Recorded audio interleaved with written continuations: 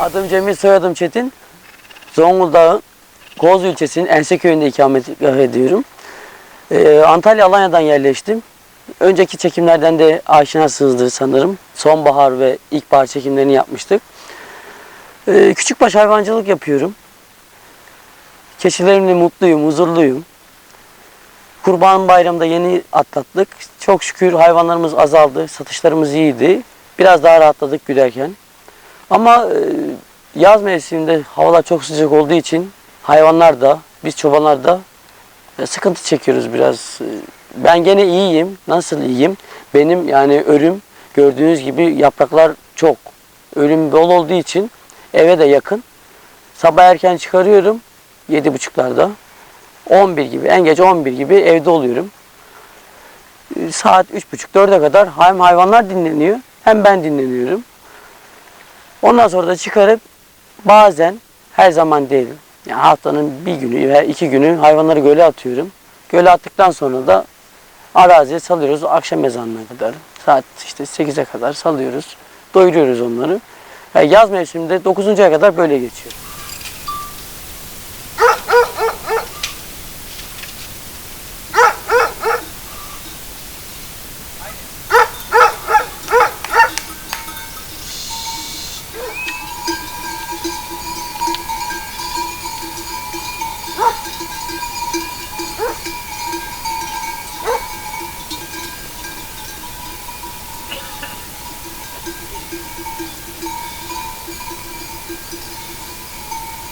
Sabahları 7.30'da saldığım zamanlarda 6'da uyanıp kahvaltı yapmadan keçileri sağıyorum. Keçi sütü isteyenlere veriyoruz. 11'de geldikten sonra yapıyorum kahvaltımı. O şekilde günlerimiz geçiyor.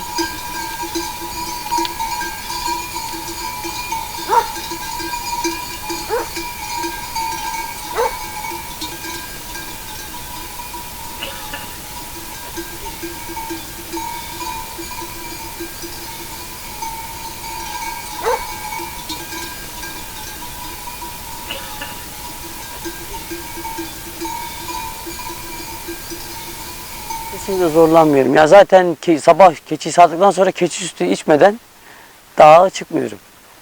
Her şeyimiz doğal çok şükür. O konuda çok iyi.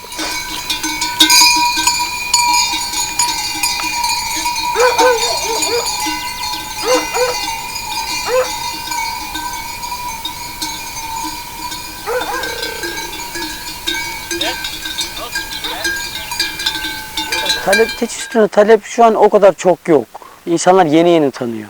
Yani peynir olarak özellikle Çaycuma tarafında peynir çok tutuluyor. Keçi peynirini oradaki çoban abilerim keçi peynirini satıyorlar. Ya bizim bu Kozlu tarafında, Ereğli tarafında öyle pek yok.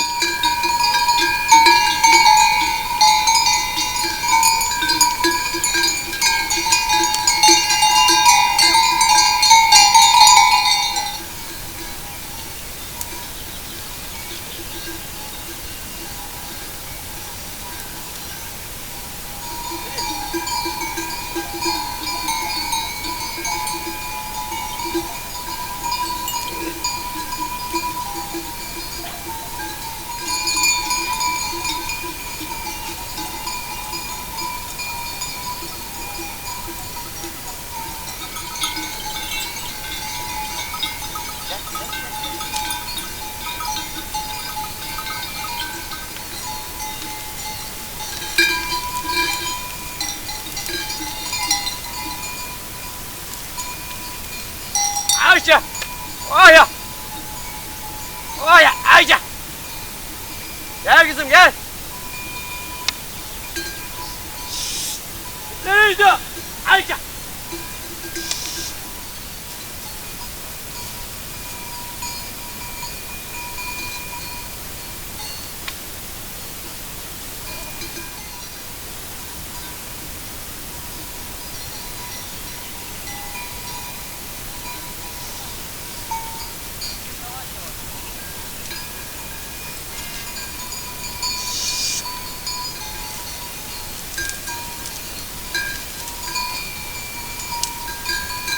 Keçileri öyle alıştırdık.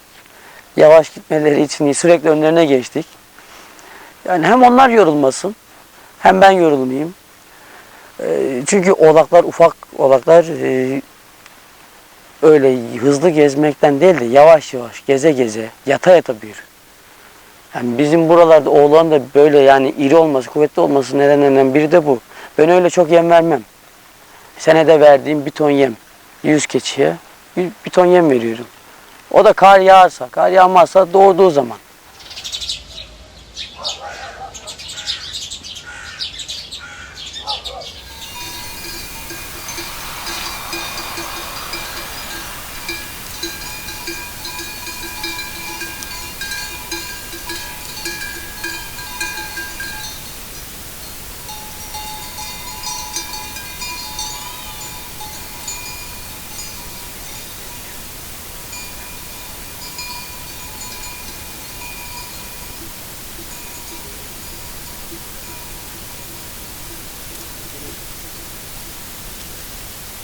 Bir sana, bir de bana.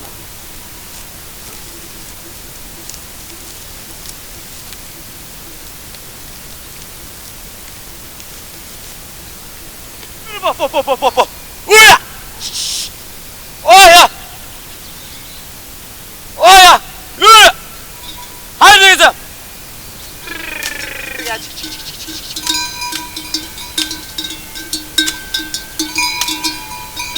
Gel çık.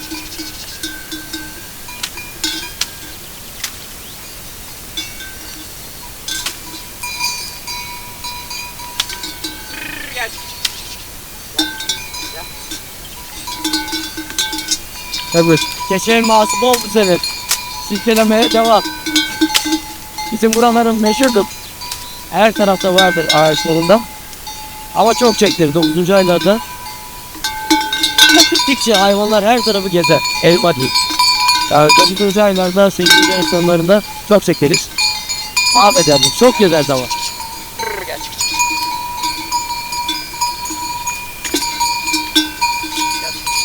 Keçinin şu anda en çok sevdiği şey keçi elması. Bizim buralarda keçi elması derler. Ufak ufak olur. Çok ekşi olur, yenmez. İnsan yiyemiyor keçi elmasını. Keçiler ama bayılır. Şu anda bile başladılar yavaş yavaş her ağacın dibini gezmeye. Yarın bir gün bize illallah ettirecekleri kesin. Orası bir kesin.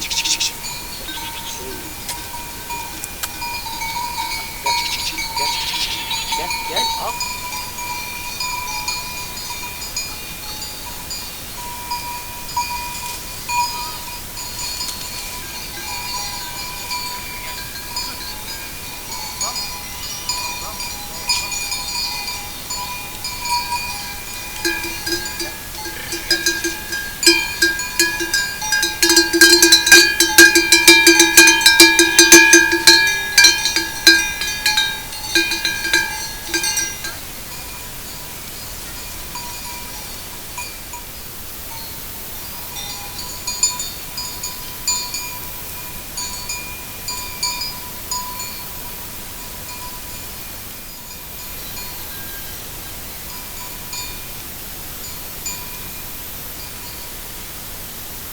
Ya biraz gölgeye geldik de serinledik ya. Çok sıcak. Memleket yanıyor. Az biraz doyuralım. 11 gibi gidelim nasip olursa evimize. Hem kendi karnımızı doyuralım hem keçilerimizi kırkalım. Bismillah diyelim başlayalım bugün. Atalarımız, büyüklerimiz eskiler dermiş ki koyun Hıdrellez'den sonra keçi de gün dönümünden sonra kırkılır. Ben de ona uydum. Bugün en 21'i tam gün dönümü. Nasip olursa keçilerimizi Bismillah diyelim bugün. Kırkalım biraz evde. Ondan sonra saat salarız akşamüstü gene. Karnları doyur evimize geliriz.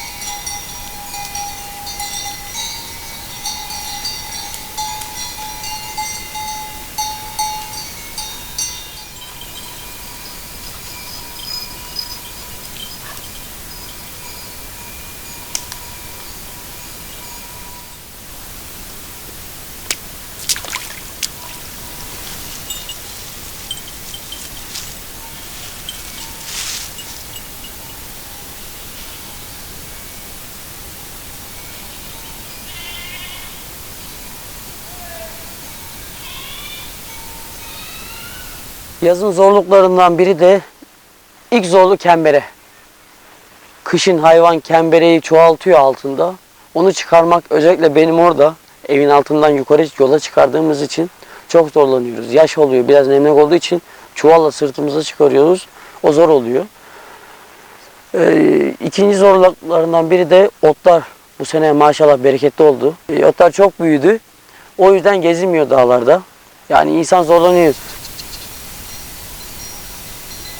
Bir de kurudu, kurak olmaya başladı artık. Ayaklarımızı mahvediyor otlar. O yüzden mecburen çizme giyiyoruz. Sineklerden dolayı uzun kollu giyiyoruz. Sabahları da çiğ oluyor. Çizmeyi özellikle sabahları giyiyoruz. Gel kızım gel.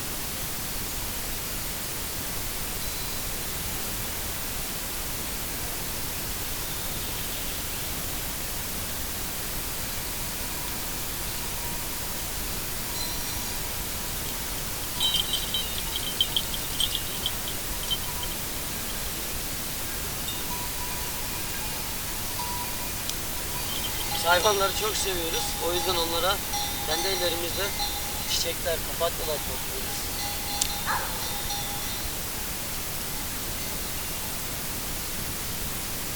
Gel oğlum.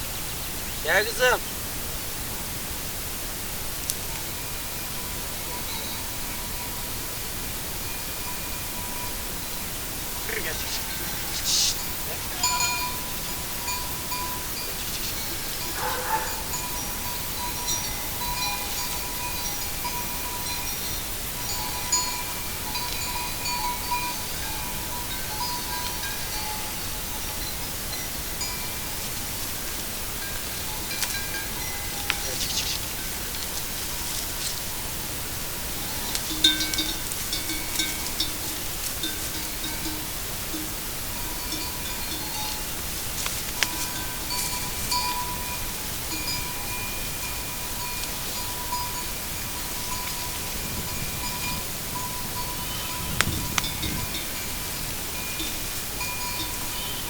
Keçide en çok sevdiğim şey her şeyi yemesi.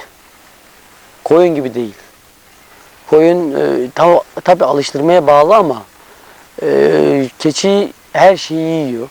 Yaprağından, otundan. Yani şu merada gördüğünüz çoğu şeyi yiyor. O yüzden doyması da 1 saat, 2 saat. En fazla 2 saatte tamam. Pili bitiyor. O yüzden zaten benim keçim gitmiyor. Koyun öyle değil. Yarın bir gün daha da kurak olsun. Koyun gezer. Her tarafı gezer gider. Yaprakla yemeye alışkanlığı yoksa koyunun tamam.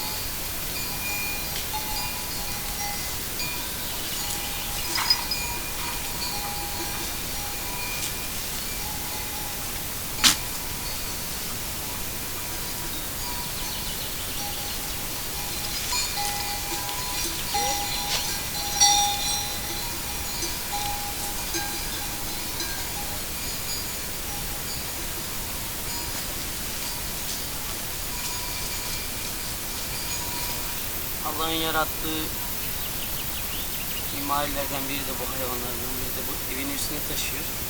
Doğada bizle beraber yaşıyor. Git bakalım.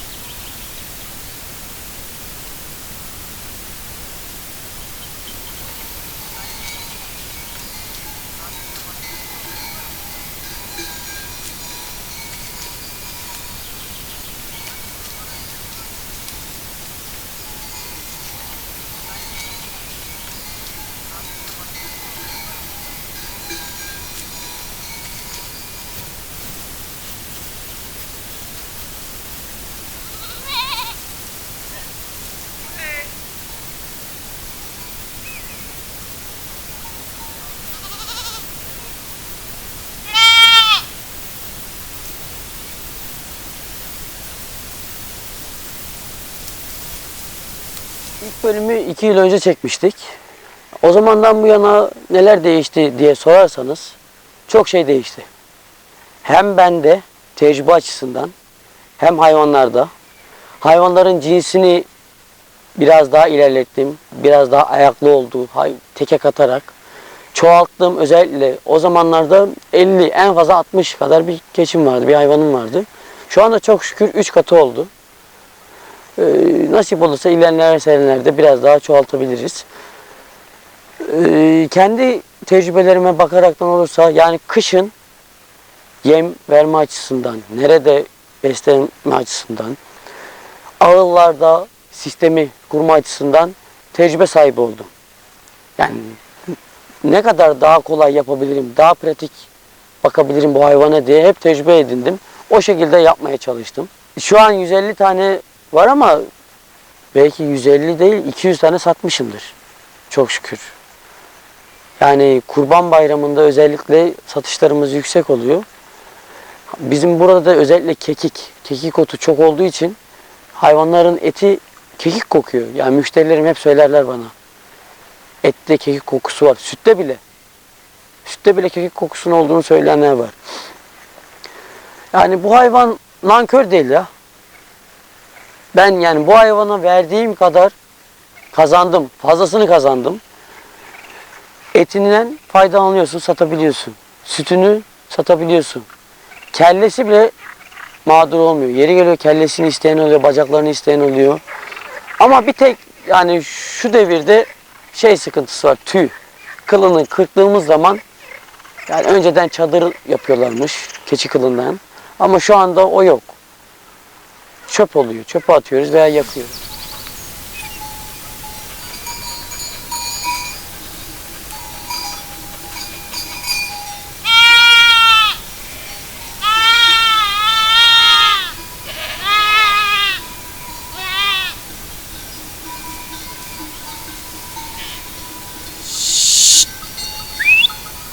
Ayşe.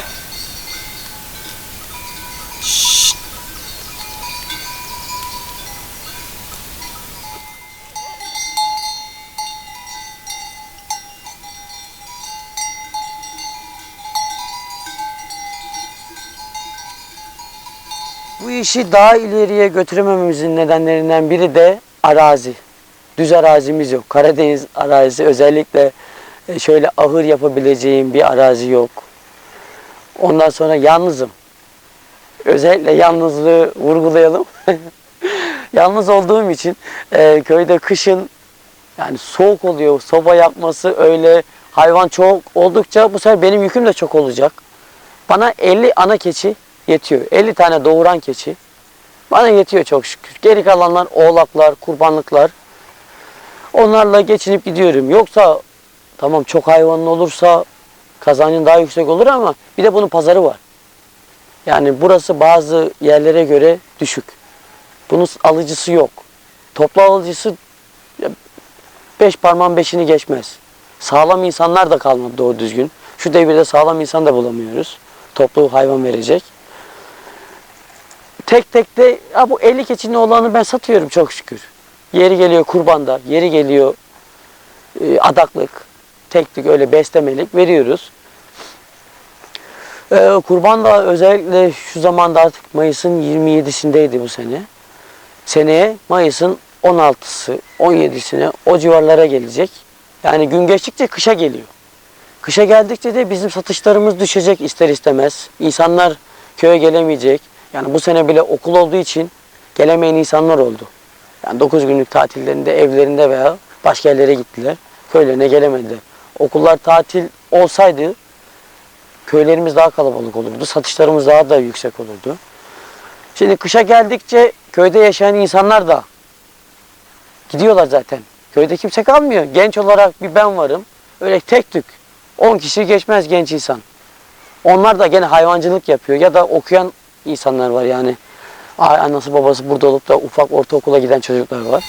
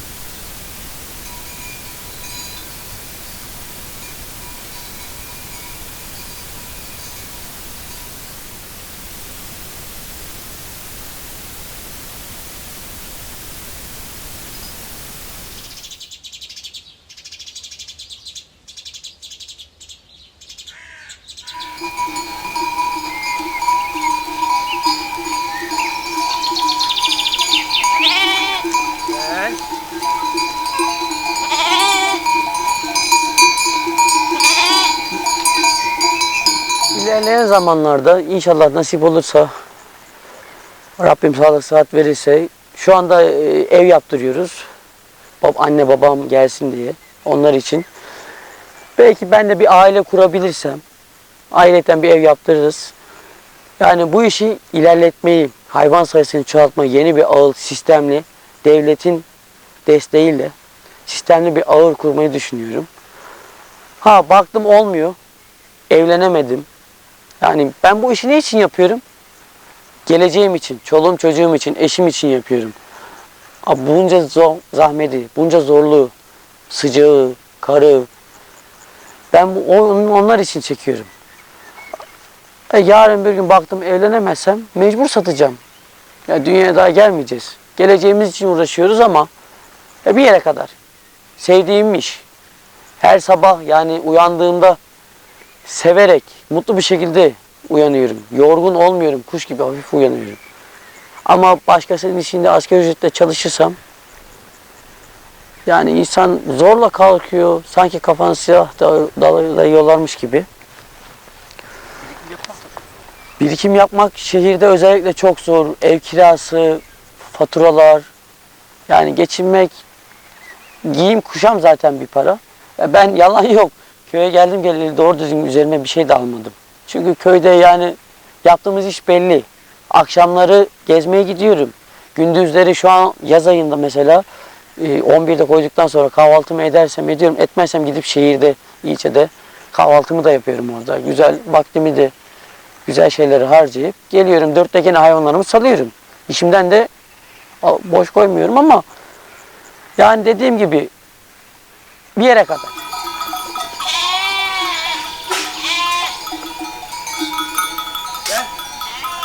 Gel.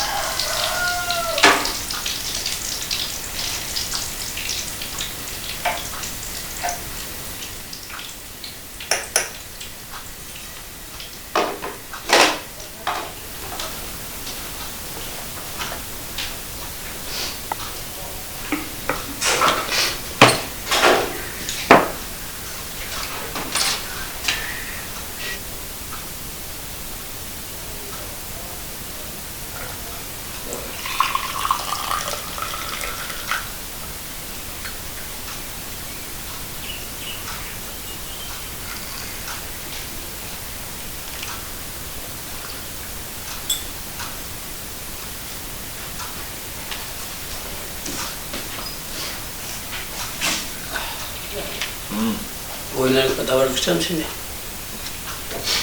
İyi bitirdin. Kırkacağız mı? Kırkacağız mı? Ha? Davarı kırkacağız şimdi. Kahvaltıdan sonra. Ama İki makine girelim. Bende de var makine.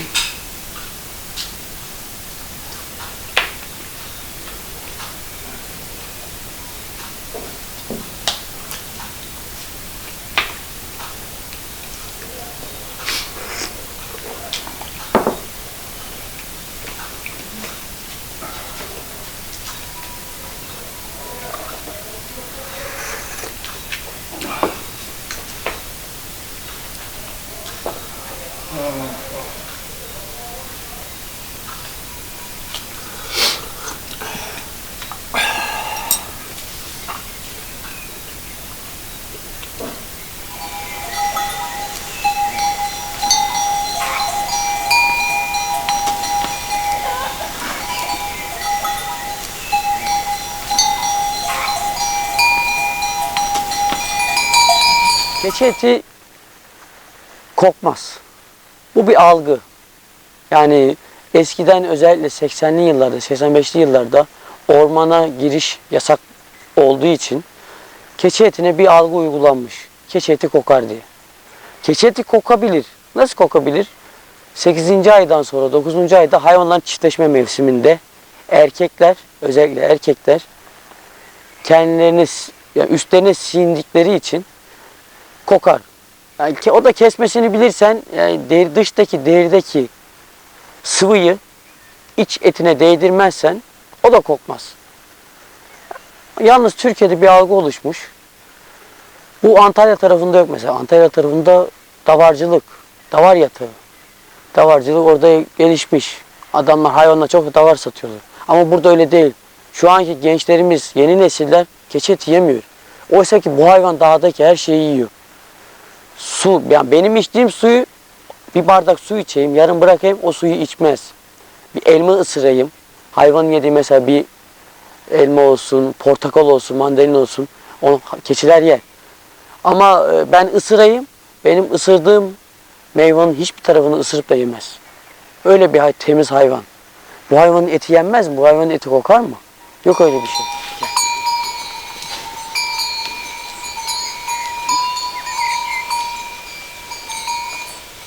Biraz.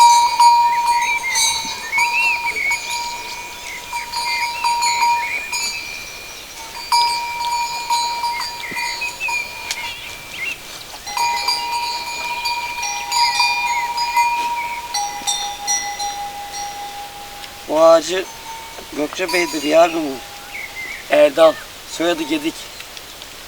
Sağ olsun oyun verdi bana. Ondan aldım. Böyle keçileri sabitlemek için. Tasma niyetine daha sağlam oluyor.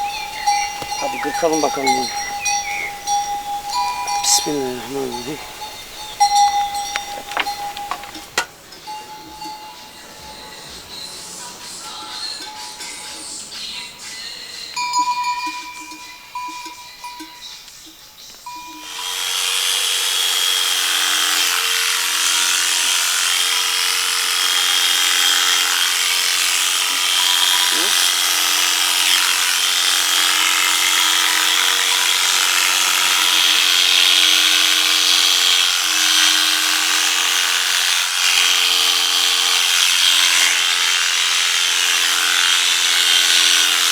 Keçileri de kırkımına başladık.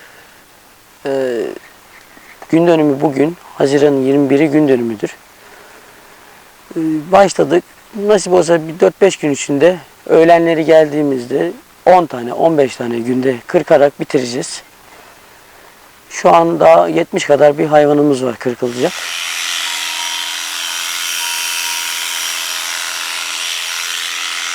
Yazın sıcak, havalar da sıcak olduğu için tüylerini yeniliyorlar. Hem güzel oluyor. Kışa da temiz giriyorlar. Kışın da şimdi yağmur çok yağıyor. Tüyleri de uzun olunca bu sefer kurumuyor.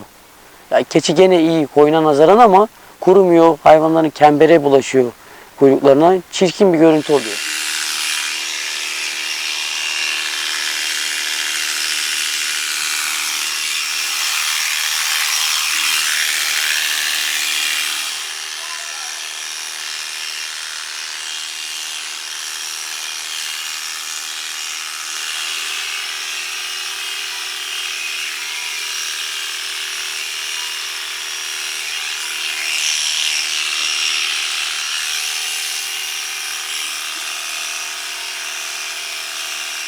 Kesinlikle kesinlikle hadi. Geç bakalım.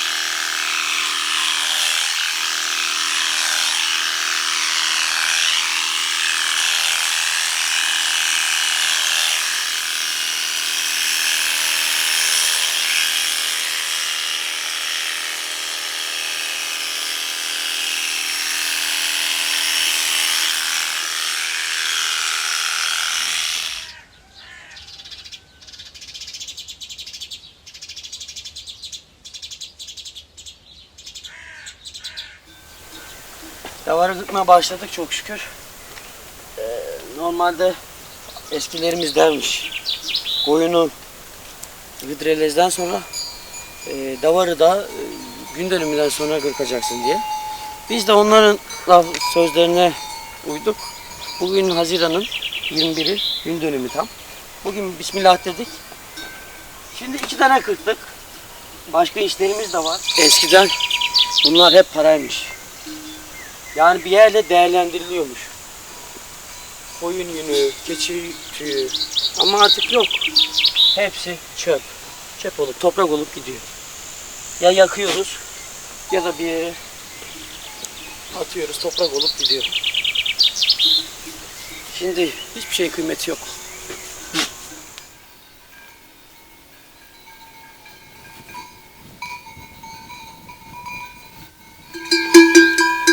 Bu cins bizim Zonguldak'ın Abaza ırkı, Kıbrıs ırkı. Zonguldak'ta özellikle Çaycuma tarafında yoğun olarak bulunur. Bunu sağ olsun bu cinsi bana edindiren, bu davarı, çoğunluğunu bana edindiren Çaycuma'nın Galafatlı köyünde Salim dayım var. Salim Çeçen. Sağ olsun beni hiç kırmadı. Oğlum gel çepişleri de al, oğlakları da al götür dedi. 1 lira para dahi sormadan aldım. Kurban vadeli. Bu cinsi onun sayesinde edindim. Ona Allah razı olsun. Çok şükür şu anda bu ırkı çoğaltmaya çalışıyorum. Bu sene bunun tekesi var. Nasip olursa o tekeden oğlaklarını alacağız inşallah.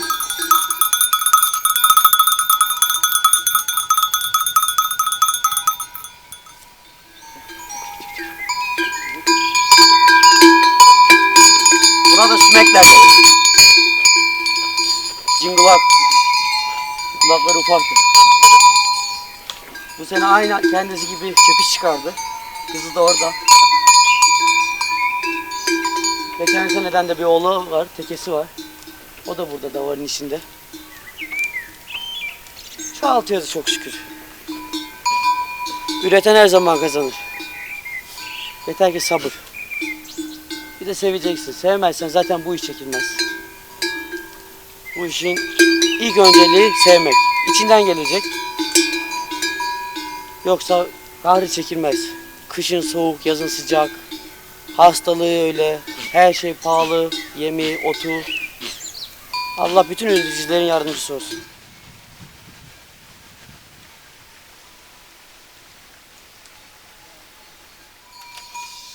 Haydi. Haydi. Buraya.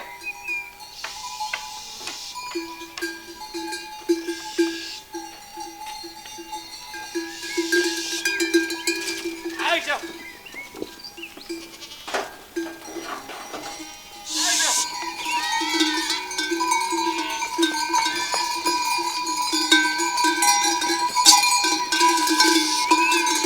Haydi aşağı. Aşağı. Aşağıya. Nereye? Haydi suya gidin. Haydi suya. Haydi suya. Çobanı beğenmezler ama en lezzetli restoranlarda etin yendiği yerleri bulurlar. Orada onu yerken hiç çoban akıllarına gelmez. Nasıl üretmiş diye, nasıl yetiştirmiş diye hiç akıllarına gelmez.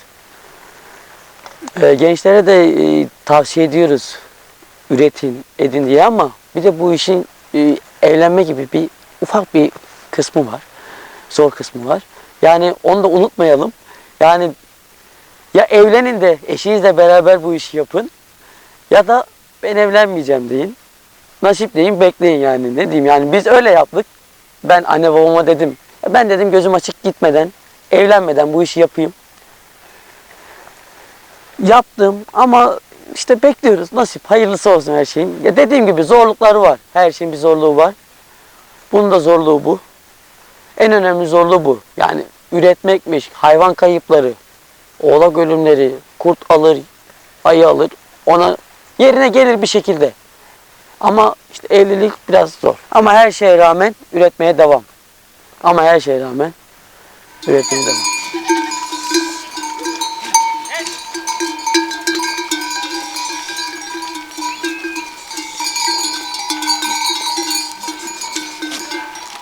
Haydi.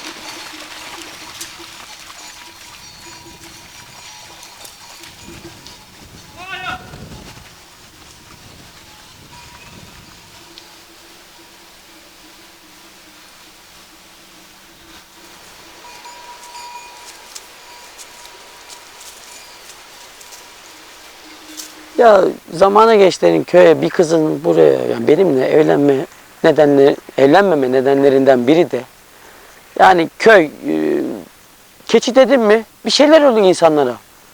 Ya ne var ki bu keçide? Ben anlamıyorum ki.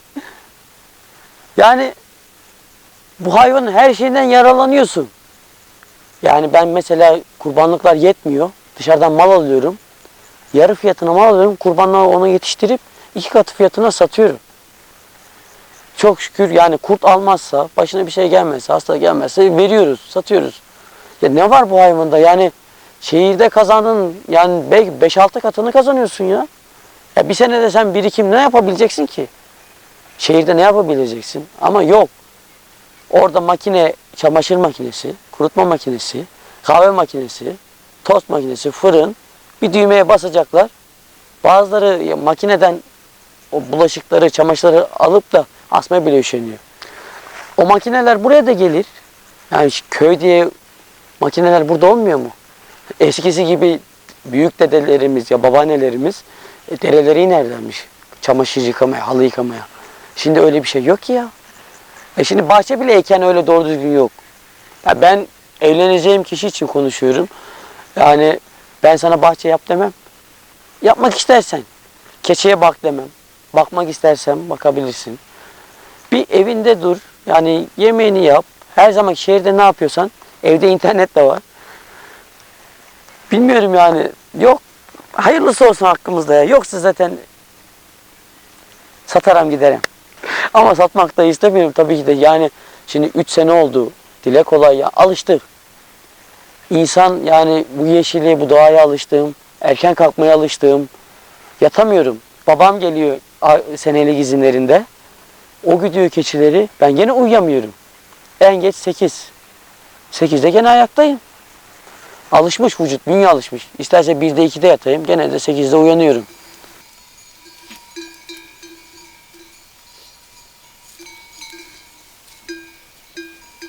Yukarı çıkacağız ama keçiler çıkmıyor. Göle de attık. Normalde göle atınca biraz hızlı giderdi ama güneşe karşı mı ondan bilmiyorum. Yaprak da bol. Maşallah bu sene bereketliydi. Yağmur çok yağdı. Yaprağı tutuldu kaldı. Gitmiyor. İstediğimiz yere gidemeyeceğiz sanırım bugün. Hayırlısı olsun. Nasip bakalım. Gidebildiğimiz yere kadar gideceğiz inşallah.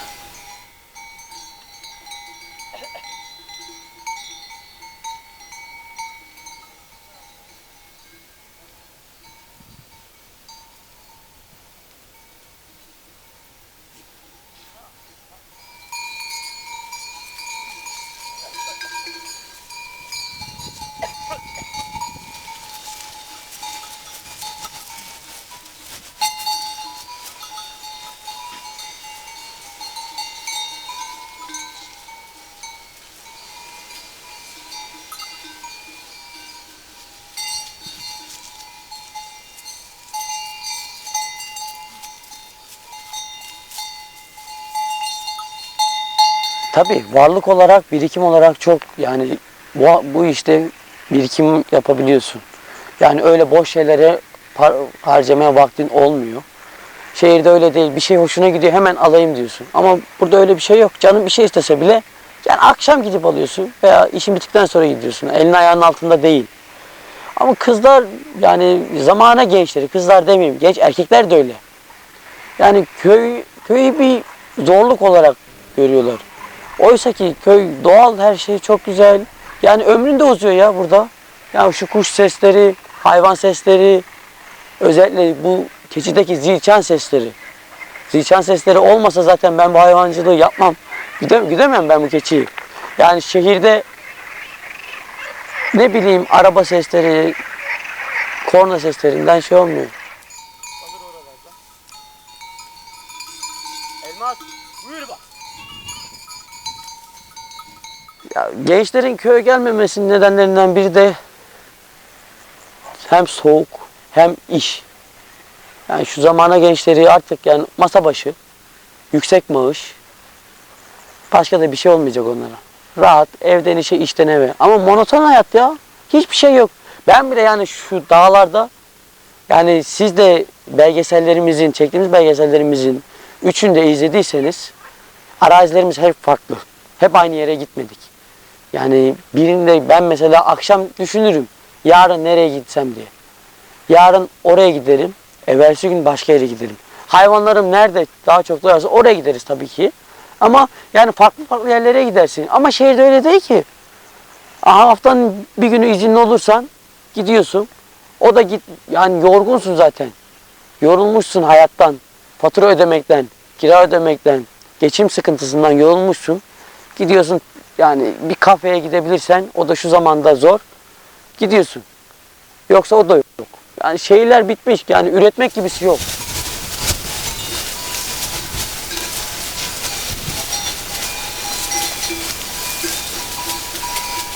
Bu da sıcaktı lo.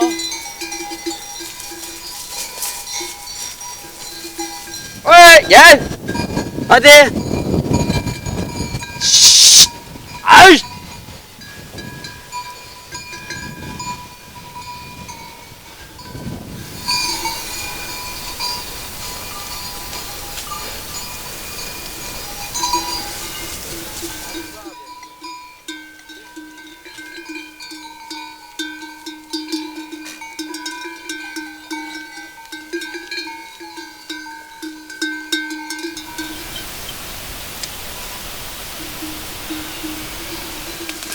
Helal oğlum helal. Bunlar çok önemli.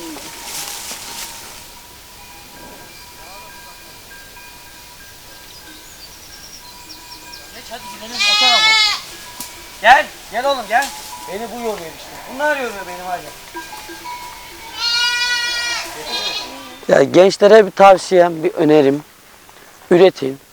Bak üretmek çok güzel bir duygu. Bu hayvan olsun. Bağ bahçede yani sebze meyve olsun. Üretmek kadar güzel bir şey yok. Yani o meyveyi alabilmek, kendi ağacına o dalı koparabilmek kadar çok güzel bir şey yok yani. Hele özellikle ben mesela Kurban Bayramı'nda satıyorum ya. Paralar geldikçe insan yani bu hayvana daha da çok sarılıyor. Yalan yok. Yani bu keçi bazen Türk parasıyla bir kuruş etmez. Ama bazen de var ya dünyalar versen gene de gözün olmaz. Öyle bir illet. Gençlere nacizane tavsiyem üretin. Yani devletimize çoban da lazım. Özellikle biz üreticileri, çobanları küçümsemeyin. Tek isteğim sizden bu yani. Bizi küçümsedikçe yani ben çobanım diyemiyorum ya. Ben çobanım diyemiyorum. Ben üreticiyim diyorum ki insanlar biraz daha nazik olsun bana karşı diye. Yani bizim zaten değerimiz insanların yanında yalan yok. Doğru konuşmak gerekirse Kurban Bayramı'na 1 ay kala, 1,5 ay kala. Ramazan Bayramı'ndan sonra biz insanların gözünde. Telefonlarımız o zaman çalıyor yani. Kurban Bayramı'ndan sonra hayvanları kestikten sonra tamam. Arayan soran yok. Kış günü bu insan, bu çoban, bu Cemil ne yapıyor? Karda kıyamette yapabiliyor mu, edebiliyor mu diye arayan soran yok. Yani üretin ya. Başka da hiçbir şey demiyorum. Yani zorluklara rağmen devletimize çoban da lazım. Çöpçü de lazım. Belediye başkanı da lazım. Her şey lazım.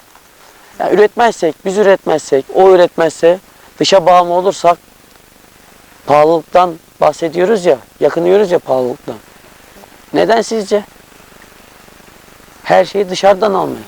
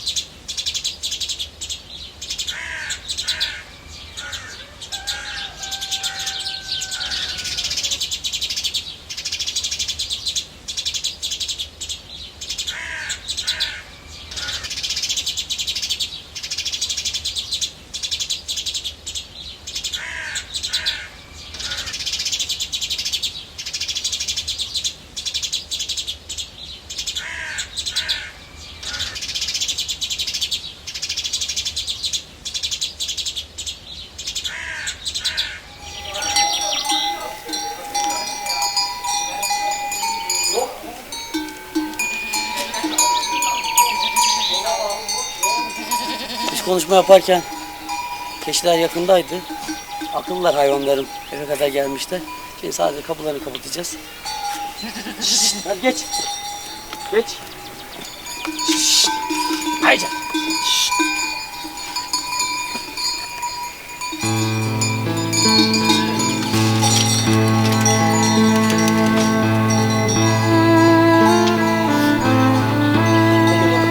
Lan gel.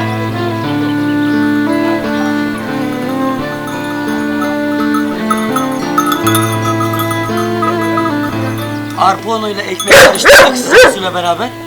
Şimdi köpeklerimizi de doyuracağız. Mah. Gel. Gel.